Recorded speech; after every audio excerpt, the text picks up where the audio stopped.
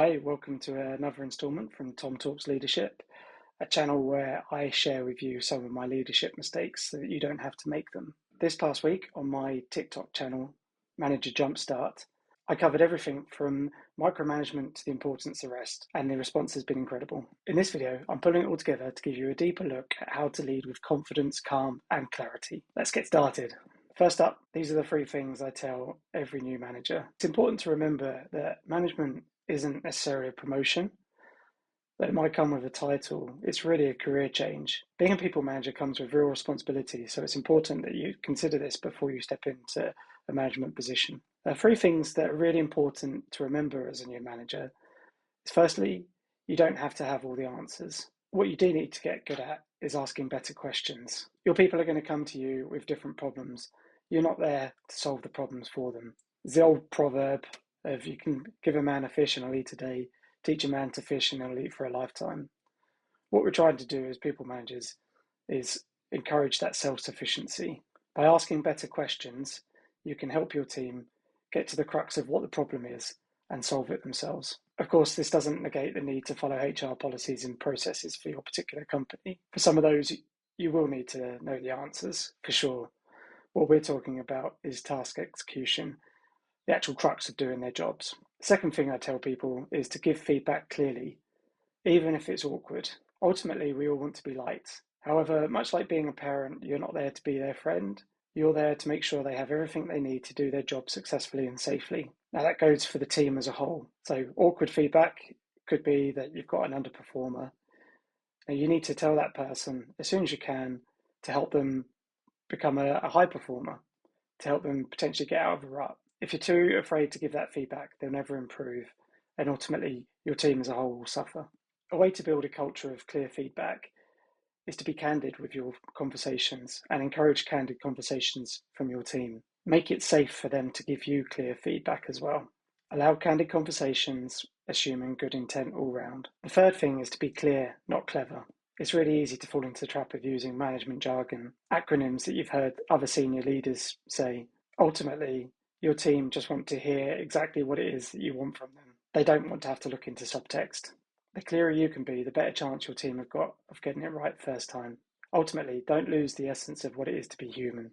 If you're new in a management position, build strong relationships. Be nice, but be firm. Show them the way. You can't lead well if you're constantly trying to prove why you're in the role. Next, I want to talk to you about micromanagement and the trust framework. There's some signs to look out for that would indicate that you're micromanaging, even if you're not intending to. So if you're constantly asking for updates, that's a sign that you're micromanaging. Even if you truly trust your team, your actions are showing that you don't. If you're editing and rewriting work instead of giving feedback, you're micromanaging. Whilst fixing it yourself feels faster, it's building dependence and not growth. It goes back to that self-sufficiency we talked about earlier. Another sign that you're micromanaging is if you can't switch off once you've delegated a task. If you're hovering mentally, you're still holding the reins. On the flip side of that, if you avoid delegating because it's faster if you do it yourself, you are micromanaging. It may be true that it's faster if you do it yourself, but it's going to remain true. And the final sign of micromanagement that I talked about is if you jump in before your team asks for help. Whilst proactive support is good, preemptive rescuing kills autonomy. One strategy you can employ to overcome micromanagement is to build trust, specifically within a framework that I call the trust framework. So, first letter of trust is T, and T in the framework stands for talk less. This is especially important in one-on-ones. Silence isn't awkward, it's honest. Let them fill the silence. You're providing them an opportunity to give you true reflection. It's not all about you. R stands for review outcomes, not effort. What we're trying to do as people leaders is recognize impact, not effort. It's not about working after hours, it's about task execution. With you, I'm asking you to understand how they like to work. Ask your team where they need support and what gets in their way. This will help you with task delegation and helping to unblock. S stands for step back. After delegating a task, set clear check-ins and then give them space. Let them breathe. Your check-ins will be your opportunity to ensure everything is on track. And if not, you can step in and help if they ask you to. And the final T is about taking ownership of the culture. Remember that trust starts with you. Model the behaviours that you expect. Next up, I think it's important to remember that you don't need a title to be a leader. Leadership is a set of behaviours, not a title. A common definition of leadership is organising a group of people towards a successful outcome. Now, that's a very high level definition, but it can be applied in many different aspects of life. In work, it's important to find leaders within your team.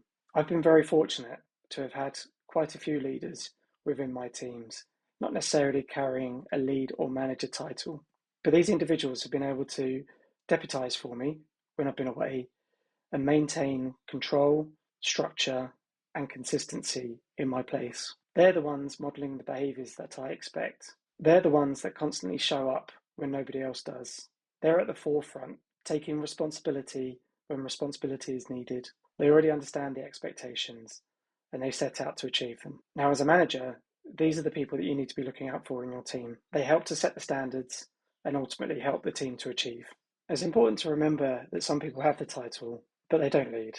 They don't listen, they talk. They're not after outcomes, they're after numbers. And rather than build relationships, it's all about their ego. Some of the best leaders I've worked with didn't have the title. They were generous with their time, they were calm during chaos, and they gave credit rather than criticism. Now, if you're wondering if you're a leader, the fact that you're watching this video shows that you are. You're taking responsibility for yourself.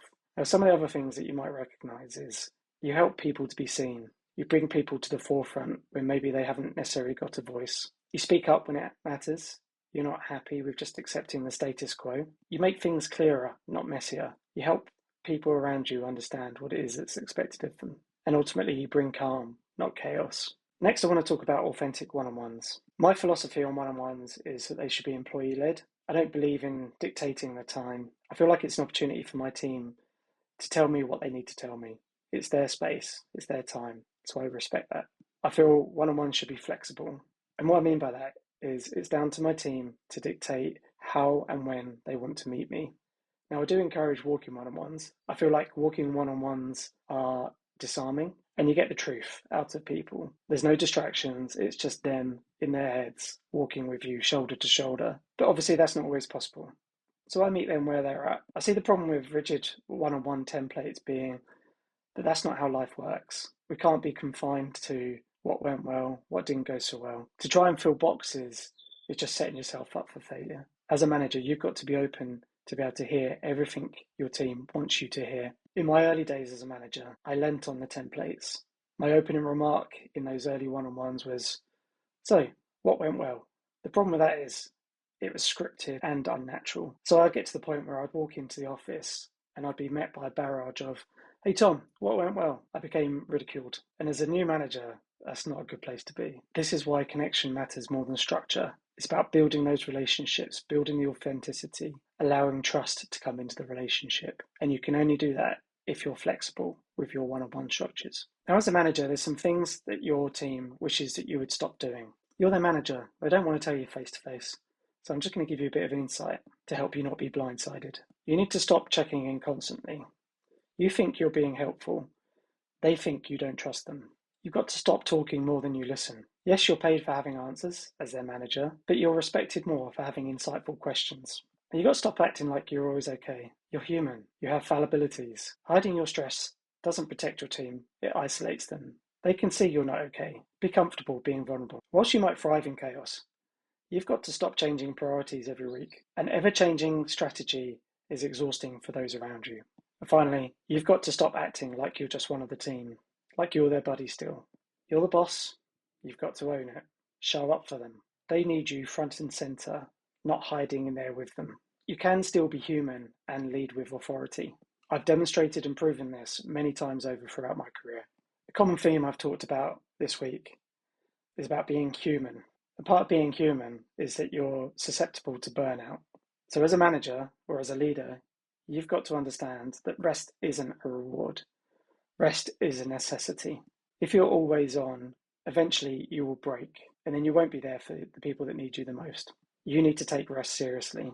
Ultimately, there's some management roles where you're required to be on call, but that's on call for business disasters. And hopefully that's not on a permanently on-call basis. Once you've done your task for the day, be sure to take rest. Whether that's going for a walk, reading a book, listening to a podcast, doing some cooking, spending time with friends and family. However it is you get rest, make sure you take it.